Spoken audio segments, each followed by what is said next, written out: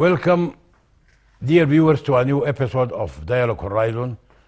In this episode, we will continue on the ongoing issue or the concern of many people or almost everybody in Sudan is the conflicts, the eruption of the conflicts again in Darfur and the protracted crisis in the east after the resolution taken yesterday to suspend in Yuba agreement to suspend the track implementation of track concerning the east. So it seems that a lot of things are going on, and all are very conducive to a state of unrest, which is something very alarming to everybody. Till now, the country is without a government for almost 2 months, and nobody knows when it will be formed and on what condition. Anyhow, that's why I'm here happy to host two of our distinguished scholars in different parts. Our friend, Professor Manzoul Abdullah Manzoul. Manzoul Abdullah Manzoul is now currently, he is the Dean Faculty of Scientific Research, University of Khartoum, but he was involved directly in as the director of the Peace Institute in the University of Khartoum also. He is an activist, and he is closely following what is going on concerning the peace, not only in Sudan, but in different parts of the world. Also, we have our friend Dr. Samani Hanoun. Samani Hanoun is an economist, and he's an activist also in social studies and scientific studies, but mainly in economics. So, and we had him many times in this episode, in this Dialogue Horizon. So we will continue to the program, especially because he came only a few days ago from Darfur. He was in Yale, right in the middle of the hub of the whole turmoil, and so he will be an eyewitness to what happened. Welcome both of you, dear Professor Manzoul Abdullah Manzoul and Dr. Samani Hanoun. As I mentioned, we'll continue on the issue of the peace. I start by Professor Manzoul. Professor Manzoul, as you know, that the South Sudan, the government of South Sudan is taking full care of the peace, and they endorsed the peace negotiations, which is almost 2 years ago in October 20, until it culminated to the ratification or signing of the agreement between the components of the agreement, the main component and the tracks, the newly added tracks. And also, not only they stopped at this stage, but they are closely following the implementation of the agreement. And as everybody knows that there is almost a shuttle diplomacy between Khartoum and Yuba of Tut Galwak. He's taking care of this, and he spent most of the year back in trying to have what was signed on the ground. But till this moment, Professor Manzoul Abdullah Manzoul, it seems that nothing is being done, and almost now we completed 2020. October was signed in 2020, and October 2021 already passed. So we are coming to, we already surpassed the first year, and we are coming to the 2 months on the new year. It seems that it is going to maybe 2 years. What is your assessment and evaluation of the implementation of the Juba Agreement of October 2020? Thank you very much, Omar, and I'm glad to be here. It's really sad to see the escalation of violence in Darfur and the killings of people. And one of the things that are quite strange in what's happening in Darfur is that what's happening kept repeating itself time and time again. It happens the same way. It happens almost in the same state, which is West Darfur state. And I may even add that it's perpetrated by the same people who used to get away with what they do with impunity. And to me, as a citizen, I really fail to understand the behavior of the government, whether at the state level or the federal level. You cannot ignore a problem that happens time and time again. It happens the same way. It happens in the same areas. And the atrocities are committed by the same people. And you do nothing about that. There is a big question mark here. I think every one of us should ask themselves this question. Of course, it's only sensible to say that one of the reasons why this is happening, and surprisingly, what's happening in Darfur, or at least the killings, escalated after the signing of the Yuba peace agreement. The first incident was in January 2021. The second one was in April 2021. The last one was a few weeks ago in Jebel Moon. And the latest one is just a few days ago, also in West Darfur State. Now, one of the critical aspects of the Yuba peace agreement is the so-called security arrangements. And this is the aspect that is supposed to be implemented immediately after the signing of the agreement.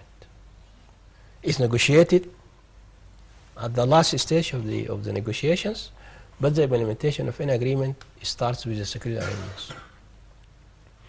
The government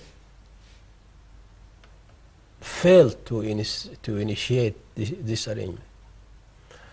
I do remember that the head of the Sovereign Council, Al-Burhan, said many months ago that one of the reasons why they did not start the implementation of the security arrangement is that there is no money. They said that the government is not in a position to pay for the thing. And this might be a reason, but it's not convincing at all. When they signed the agreement, they should have known that they will be faced with this problem. So they should have put another plan. To me, as a citizen, this is not convincing to me at all. Because there are certain things that do not require huge funds. Like constructing a camp for the joint forces. This really doesn't require a lot of money. The engineering division of the army could simply construct a whole camp in a matter of days. And when the problem escalated in Darfur, they started the camp in Jadid al-Sail, which is in the eastern part of Al-Fashir, to accommodate the joint forces that were supposed to take care of security situation in Darfur. So the government, unfortunately, is not serious at all about not only implementing the security arrangement, but also even in protecting civilians, which is one of the core responsibilities of any responsible government. You know, if a government fails to protect its citizens, why should it exist? Yeah. You know, so it's really sad what's happening in Darfur, and I think this is squarely the responsibility of the government. There's no question about this. Responsibility of the government. Absolutely. That's okay. Okay, Dr. Samani Hanoun. Having heard Professor Manzoor Abdullah talking about his astonishment and his sad about what is happening in Darfur, or the eruption actually after the peace, when you say peace agreement, at least you expect many years of real peace. But it seems that peace did not happen till now in Darfur. And Professor Manzoor Abdullah Manzoor, he mentioned a lot of reasons, but what can you add? Why this implementation of the Juba agreement is not? Is it due to, as he quoted Burhan saying, because of lack of money? And what about the security arrangement? It includes very important article in the security, not article, it's actually a chapter in the security arrangement, which is the start, as Professor Manzoor said, it's the start of any implementation, because you have to start with the security arrangement and then you go down to the resettlement of the refugees and the displaced and other things will come. But what can you add? Why now almost we are coming to the second year of the ratification of the Juba agreement, and nothing, not only nothing happened, but something bad happened, which is very detrimental to the whole process of peace, which started the way the Darfur conflict started in 2003, or almost even worse than that. That it started by looting, it started something, but now it started by troops, regular troops. Some why is there any other elements added to the conflict? I'm happy to be back again to join Dialogue Horizon after relatively long absence, and I'm happy to join this special episode with my colleague, Professor Manzul, and also I take opportunity to extend a special greeting to the viewers of Dialogue Horizon everywhere. Back to your questions, Engineer Abu Haraz. Actually, the environment of peace in Sudan today is unconducive and mostly against the expectations of the parties or peace partners who signed the agreement. The environment is very breaching environment, and the signals of failures start to be very evident for every observers to the peace agreement in Sudan. Now, yesterday you received the freezing of the track of the East Sudan, and the decision was taken in order to reconcile disputes in Eastern Sudan. The same positions and political congestion, serious political and tribal and political congestions in Darfur. The rate of killing the civil people increased dramatically after signing peace. Now you have hundreds of victims who were killed during the tribal clashes, and actually there is some strategic mistake in agreement. Creating more tracks also creates some sort of conflict against resources in the area. So I think the best description to the position in Darfur, the conflict against limited resources in region, and this is evident through the examples of Jabal Moon and also the clashes between farmers and the nomads, and also it takes tribal tracks that what make the futures more gloomy and more bleak. So the conflicts in Darfur, especially from where I came, just 2 days back, I was in Niala and attend many activities among the peoples. The people still are very reluctant and worried about the peace, and they don't have the full terms of the agreement. So the tribalism, again, is very strong, and people are worried about the positions also of the jobs of the peace agreement. Who will do the job? Who will handle the job? Because there are some biasness in the agreement, and most of the posts in Darfur now controlled by the peace partners, and the local forces or the political forces in the region is totally absent. So I think we need to relax our assumption, and we need to reopen the agreement in order to consider this contradiction. This is reality contradiction. And I think one of the focal problems behind the current political congestion in Sudan and increasing tribalism, the delay of the security arrangement. And I think for a package of reasons, one of these reasons, the lack of financing the security arrangement in the peace agreement. And I think this is also related with the recent political change in Sudan after October 25, because they suspend most of the funds that should be directed to the peace agreement. This is why the rate of the magnifies of the congestions of political and tribal congestions, especially in the Darfur area, increased dramatically during, especially after the 25, because the lack of finance to the political security arrangement represent a core factor behind the current political congestions in the regions. So, sorry, I think in order to enhance the peace process in Sudan, we need to consider the protest of the social groups within the regions, and we need also to share these groups, whether tribal, whether civil society organization, we need to share them in the decision-making process. The recent example borrowed from the nomination of the government secretary of South State, in Darfur, that also create very serious political congestions in the state, especially in South Darfur state, because the source of the decisions make serious contradictions of the governance of the state, and also they nominate a new Secretary General of the same state, so that creates some political congestion that can result in some unfavorable events in the state. But I think by the recent decision taken by the Prime Minister, Dr. Abdullah Hamdok, now he relaxed the positions, and people again, they go back to exercise their normal life in South Darfur.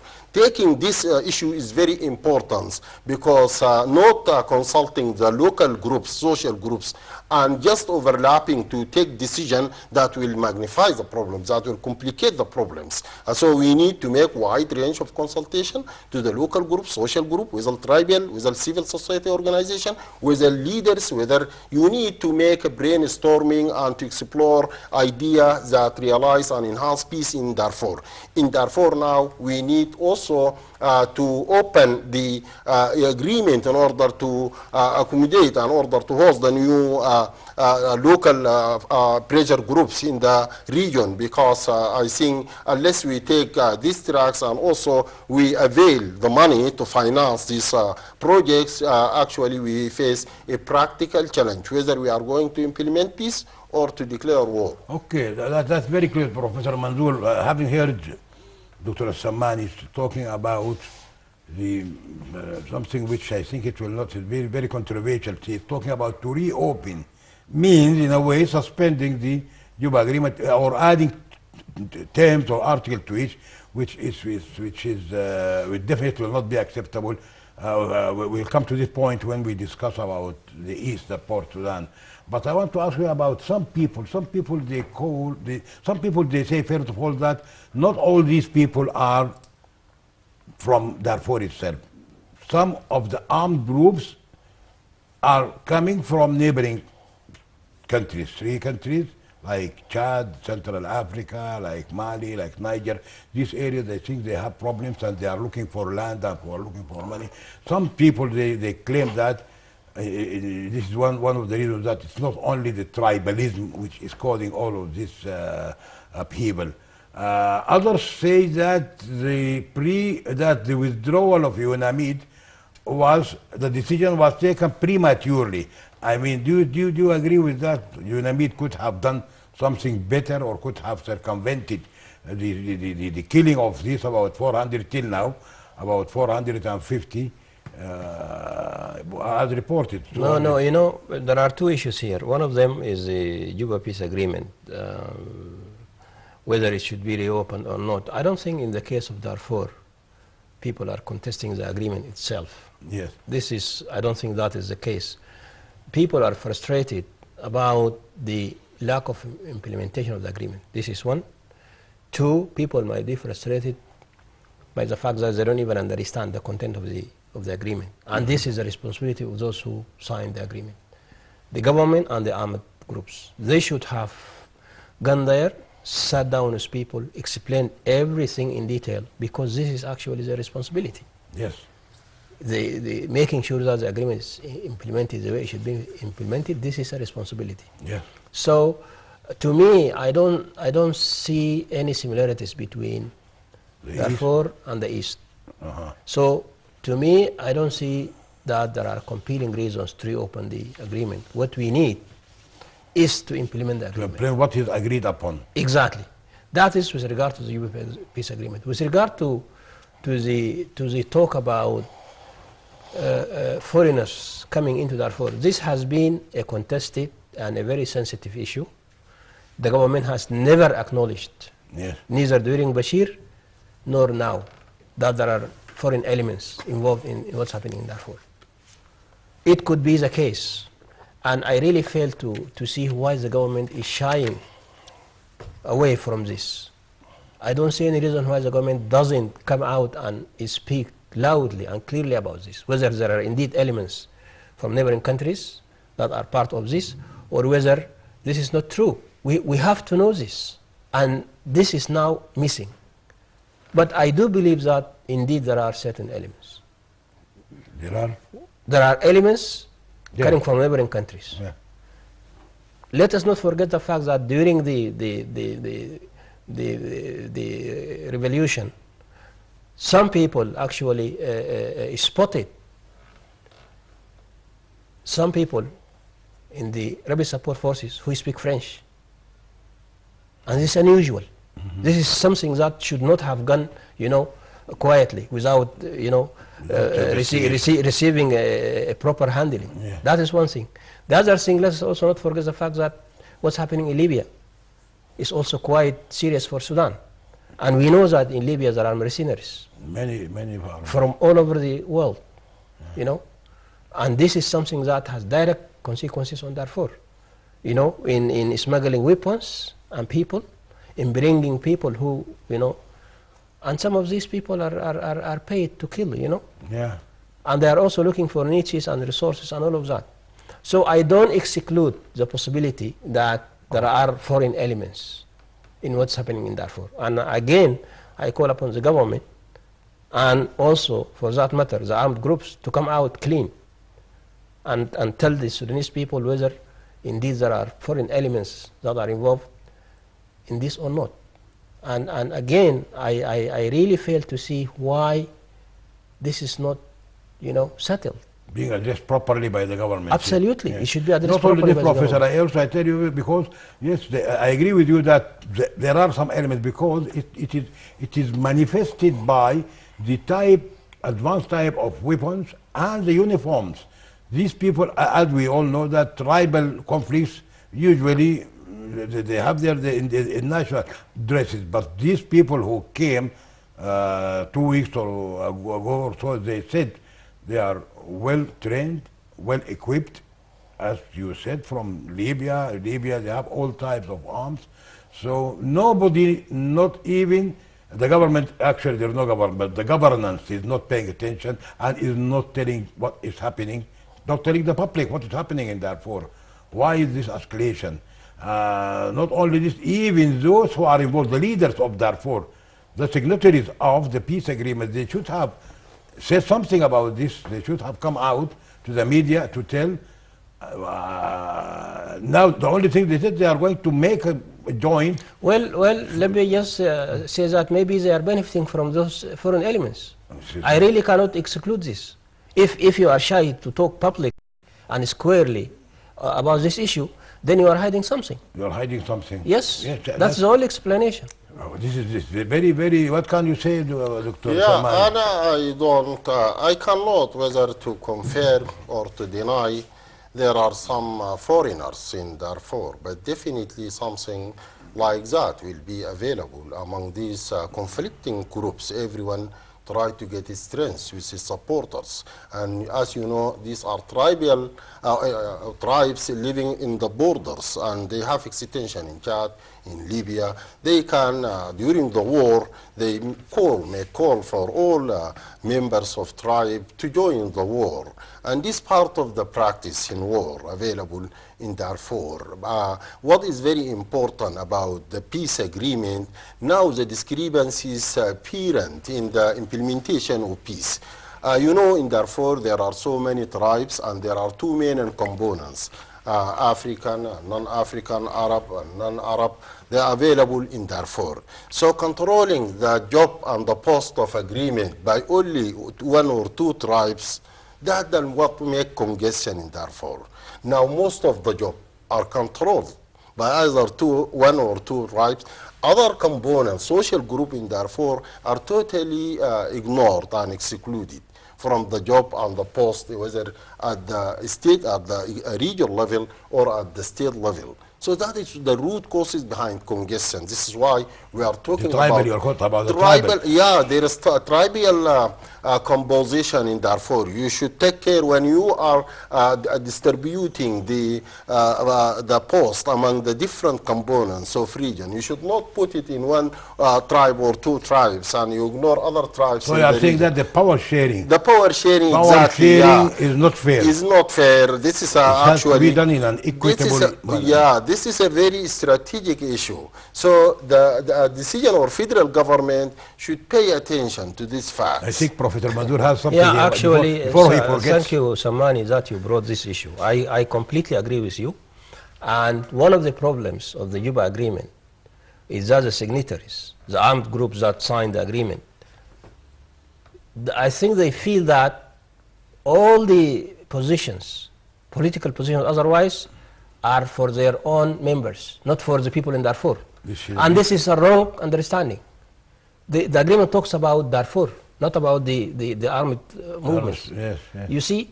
And for this reason, I completely agree with Samani that for the political positions, they have to be cognizant about the, structure in Darfur. This is one. For the jobs that are not political, technical, they should be open to everybody from Darfur. Yeah, they should not be only for members of those, because those rebel movements, they don't have competent people. I have to say this blatantly. They don't have, and we see the kind of capacities they have. So everything that is for Darfur should be open for competition. Whoever is competent should take the position. Yeah. Because by virtue of being a part of GEM or SLA, you get a position. I think this is wrong. And this is going to create the kind of problems Hamani was describing. Mm-hmm. That's good. Yes, yeah, this is this is what actually heard from the people of Darfur. That's what I go in many years discussion group, especially during the problem in South Darfur state, in Niala. I addressed many meetings and social groups, and I shared discussion and made brainstorming. So sharing power is not clearly described in Darfur. To whom the post will go? For only one or two tribes? No. What about the other tribes available? What other social group? What other the qualified persons in the region? Also, they want to serve our people. They serve our state. So we have to open door for these peoples according to the agreement. And I think that is very important in order to avoid any political or security congestion like what happened last 2 days in Niala, in Darfur. That is very important for decision makers to be very close. When they implement the peace agreement, it should act for the interests of the Darfurian, all Darfurian. This is actually what mentioned exclusively in the agreement. So violating these terms can create more damaging consequences to the peace agreement.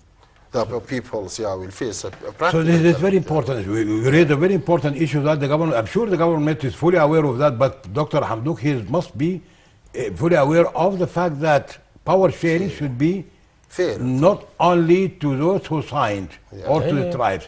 Therefore, as we know, it is full of big tribes, and they have qualified people to fill any job.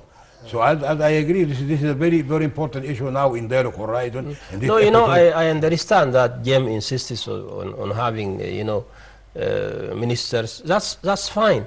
But the problem with these people is that they went far beyond, these political positions. Yes. Even in the civil service, they try just to bring their own people. And this is something that is going to create a lot of problems. This is very important. So the government, Professor Dr. Hamdouk, should pay attention to it. Absolutely. Because now people are started resenting.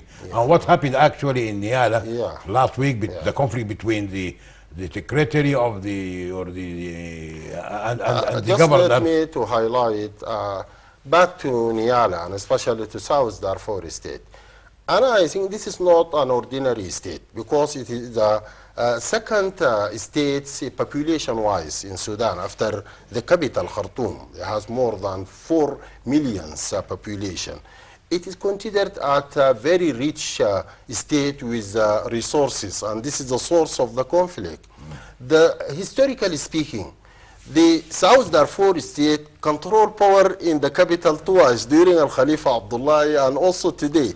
So, yeah, I told to them and explained to them this historical and economic and political background. This is not an ordinary state. So when you want to take a decision, you have to consult wide range of the people. And this is actually what I hear while I discuss with the social group like Native Administration, Nazareth, and the commercial leaders, the Chamber of Commerce, and all social group during when I was visiting the Niala, and especially with the governors of the state and also the governors of region, General Minnawi there. We held many discussion groups with these groups and elite, and we hear that we have to get more attention here in Niala because we think that as population-wise, as resource-wise, contribution to the center, and also historically we contribute to the building the current Sudan. So we have to get some attention, not like ordinary people just send any personnel to govern the people without consulting these very historical leaders in the area. So they have own prestige. They have different tribes, big tribes in South Darfur. In South, many tribes, not African, only one tribe. Arabian tribes, also living there. And they have their own heritage there. They have own customs in order even to delegate power among themselves. This, the governor of the state, this time from that tribe, next time will be from that. And they have their own system in order not to avoid all clashes. Now the agreement overlap these customs and this heritage, and they get a new track. So in the agreement, when they want to implement the agreement, my advice is they have to consult these social groups, this very important group in the area. So the government and especially the Prime Minister should pay special attention to South Darfur state. As I mentioned, it has a very long history. It has a very rich resources where all people are competing to control these resources. So they have to pay attention when they want to take a decision about this very important part of Sudan. These people, Professor Manzul, what Sammani is saying, Dr. Sammani is saying that these people in South Darfur, which is a very rich part of Darfur and part of Sudan actually, and Niala is a hub of trade, hub trade from different parts of the neighboring countries. In the previous year, just say before the conflict of Darfur, before 2003, was there any kind of tribal conflict, deadly conflict? No, of course they were. They have always been some sort of conflicts, but at the time they were contained. They were not as spread as the situation now, and they were normally contained by native administration. They know how to deal with these issues, and their impact was actually quite limited, you know. But there was no mass killing as the situation no mass killing now. Yeah. And then one of the things that escalated the problem, even, you know, before it was blown into a fully fledged war, the perpetual drought in the region, and then the proliferation of weapons, again from the Chadian Libyan war, you know, that was fought in the 80s. I remember I was a young boy in Darfur, late 80s, and we could see the ramification of the Chadian Libyan war that resulted in the spread of arms in Darfur. So droughts and then the spread of arms made it easy for people to engage in killings and in armed robbery. And of course, all this was amplified in 2003 when the Sudan Liberation Movement appeared. Then it became a war between rebels and the state. Before that, it was not between the state and... No, it was between farmers and nomads mostly, and also between those who steal livestock like camels, and people, you know, chase them and they get their livestock back. And normally in these kind of incidents, you get one killed, one injured, sometimes without Not any much incident. killing. Yeah. But things escalated, towards the end of the 80s, and of course definitely in 2002, 2003, when the whole thing was Professor, blown up. how both of you are talking about the power sharing, the fair power sharing. What is in your mind? What can be the criteria for power sharing? Is it based on tribal or competence, education? What's the best way? Listen. This is for now let us look at those who signed the agreement from the part of the armed groups. In Darfur, we have 3 key groups. We have SLA Minnawi, we have JEM, and we have like 2 other SLA, Tahir Hajar and Al-Hadi Idris. Now, we have to be very honest. Yes. Some of these movements, or if not all of them, were dominated by certain tribes. Certain tribe. No question about this whatsoever. That is very clear. You see, when these movements signed the agreement with the government, of course they expect some sort of power sharing. Personally, I don't quarrel with members of these rebel movements to have political positions, ministers, governors, whatnot. Yeah. But everything else should be for everybody. Administration. Absolutely. I cannot understand the insistence of these rebel groups to have their own members installed into the civil service without going through the normal, competition that should be the case. They should compete with everybody else in Darfur if there is a quota for Darfur. That is my position. I don't quarrel with them having political position, but even in the political positions, they have to be cognizant about the intricate Darfur structure that Samani spoke about. So for instance, I cannot understand that a single tribe, takes all the ministerial positions, excluding all other, components. It doesn't make any sense. It's just by common sense. You have to be, understandable. Even by population is not dominating. Even by population, the population of the different tribes is we can add one fact, as mentioned, Professor. The population mainly concentrated in South Darfur, more than North Darfur, if we are talking about population size. South Darfur. Yeah, South Darfur. And also, South Darfur has no rebel movement. This is the question. No rebel movement signs in Yuba, like North Darfur. So most of the job control. They have only Abdul Wahid in Abdul Wahid in South Darfur, but still not signed. Yeah. Yes, okay. So by default, all jobs and posts are transferred to North Darfur rather than South Darfur. And to what extent, as I mentioned, the facts about resources, about the population-wise, about many facts about especially South Darfur, now are not included in the power sharing. The South Darfur. So that will represent one of the threats of the peace agreement. Although people, basically they emphasize importance of peace for all people. And I think we have to emphasize the criteria through which we can recruit the public servants, in the civil servants in Darfur. I think competence is important for these people, not tribes, not even the agreement, but we have to hire people according to the competence. But now, the reference is the peace agreement.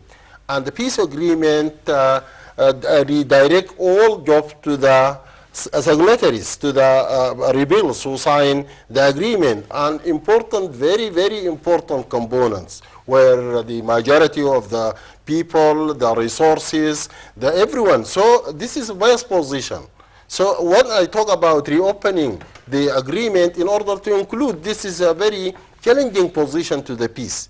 Peace cannot be implemented, definitely, in this part. Because people, they face a challenge to the peace against their interest. So how can they support it? This is a peace not for all Darfur.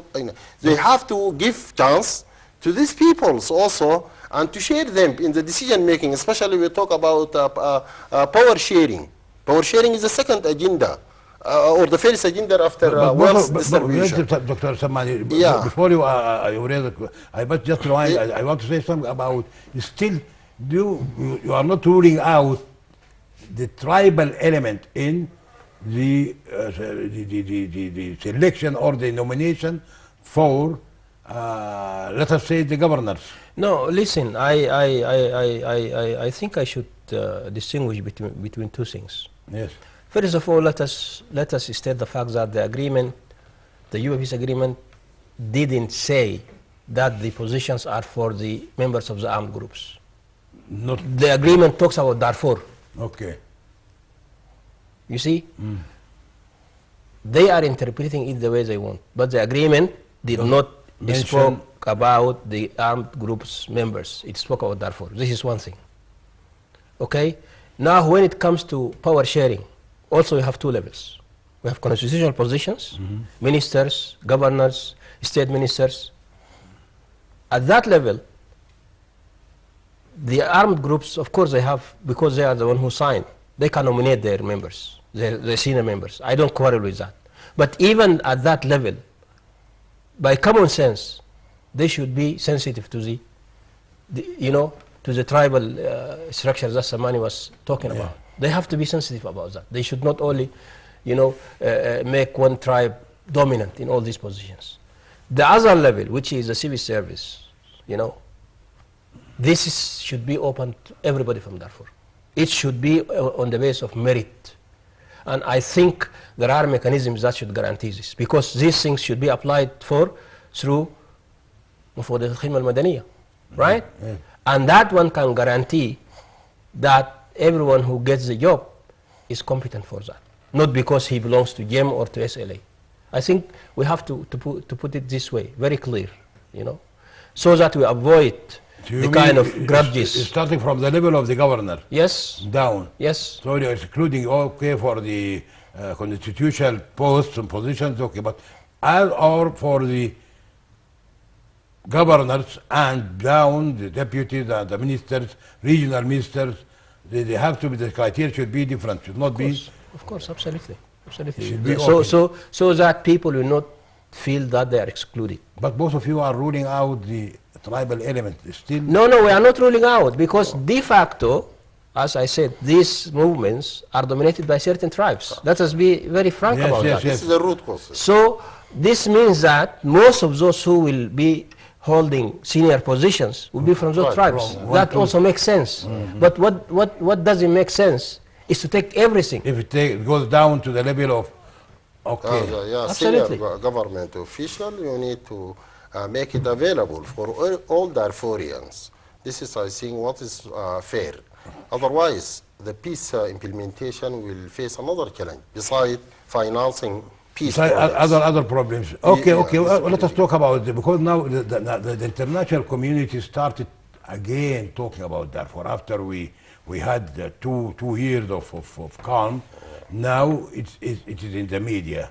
Already start like this until it goes to the international institutions which can impose sanctions or involvement or intervention. They started talking that. Usually they start by alarming, the word alarming. The situation in Darfur is alarming. Civilians are being killed. The civilians killed after the ratification of the agreement are by far more than those who were killed before the agreement. So they are talking about this, which is it reminds me of the UNAMID withdrawal and the UNITAMS. Actually, I wanted to get back to the issue of UNAMID. Yes.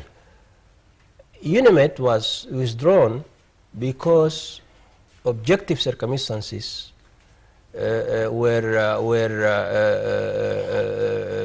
conducive for them to be withdrawn. Yes. The situation in Darfur was calm, and then there was a new government. Actually, the process started even during Bashir, but it was finalized in June this year. UNAMID left of course, we can argue whether its presence would have made the difference or not. But I think if the situation continues to deteriorate, there will be another type of enemy. There's no I never doubt this. Yes, if the government doesn't take its responsibility, definitely there will be another Chapter 7 mission. Which is something, it's a drawback, something bad. Absolutely. Okay. Do you think, my question... We have few minutes, but yes, okay, I can give you yes, 1 I minute. mentioned this point. About the East, you want to talk about the East. Okay, the UN. Whether the UN contribute to the peace process in Sudan and stop killing of Sudanese people, or in fact increase the number of people killed while the UN available in Sudan.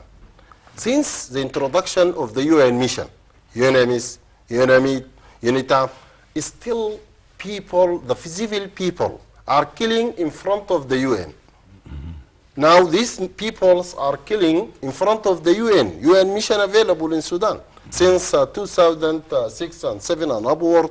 So if you flash back the history of the people killed while the UN available in Sudan, you will find dramatical number actually. So our question, to what extent the UN contribute to the peace in Sudan? Okay. This is one issue. The second issue, the core problem is the poverty. Poverty. If we were planning to make a radical solution for problem, we have to solve the economic problem in Darfur, to increase the development and to address the issue of the poverty. But I don't think hosting more missions of the UN with the blue hats can solve the problem. Okay, now we have, gentlemen, we have about 5 minutes or so or less. So we want to talk about an issue, each one in 2 minutes, about the decision of the East, suspension of the track or the freedom of the track. Tell your feeling, and Dr. Samani also. Will it make the situation worse or good? Well, firstly, I welcome the decision to suspend the Eastern track. I have been saying that everybody in the East needs to sit down to debate the issues and then arrive at a conclusion that would be acceptable to everybody. I think suspending the Eastern track is the first key step in addressing the problem in the East. So I look at it from a very positive perspective. Very positive. But it will not create other... No, I don't think it will create other problems because it wasn't cancelled. It was suspended.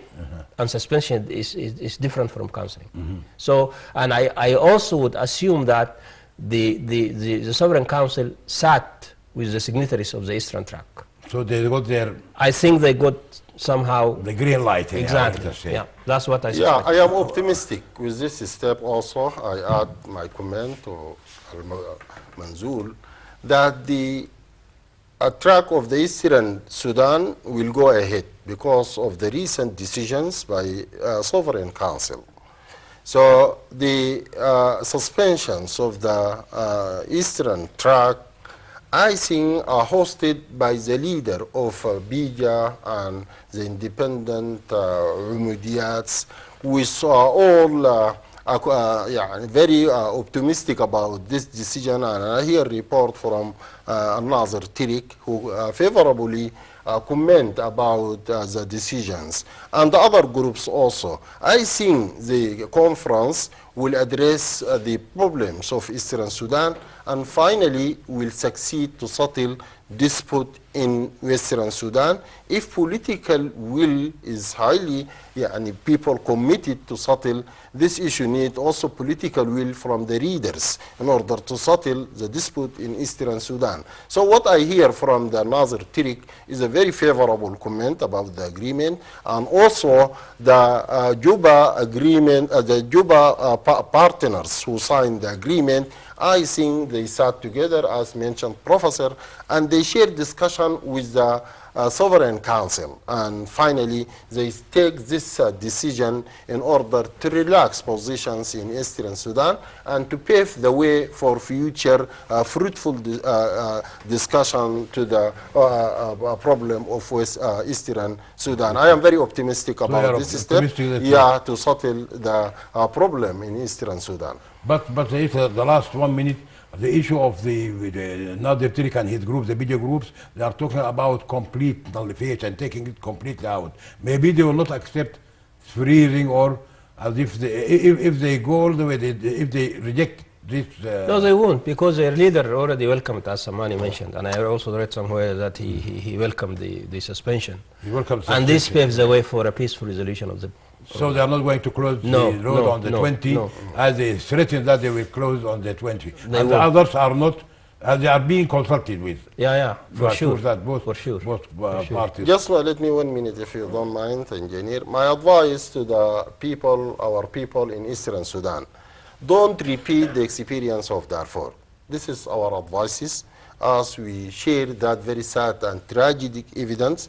Work together and build your state with your partners there. All Nazirets and tribes in Eastern Sudan should unite and take this opportunity to build a new Eastern Sudan. Don't miss this opportunity. Unite and work together. Don't take the same way of Darfur. Darfur. So Yeah. Okay, thank you both, dear gentlemen. We covered this fairly enough. We talked about both Darfur and the East. And thank you, dear viewers, for being with us in the last hour or so with our two gentlemen, Professor Mandur Abdullah Mandur and Dr. Sammani Hanoun. We hope to see you next week in another issue or an episode of Dialogue Horizon. Bye.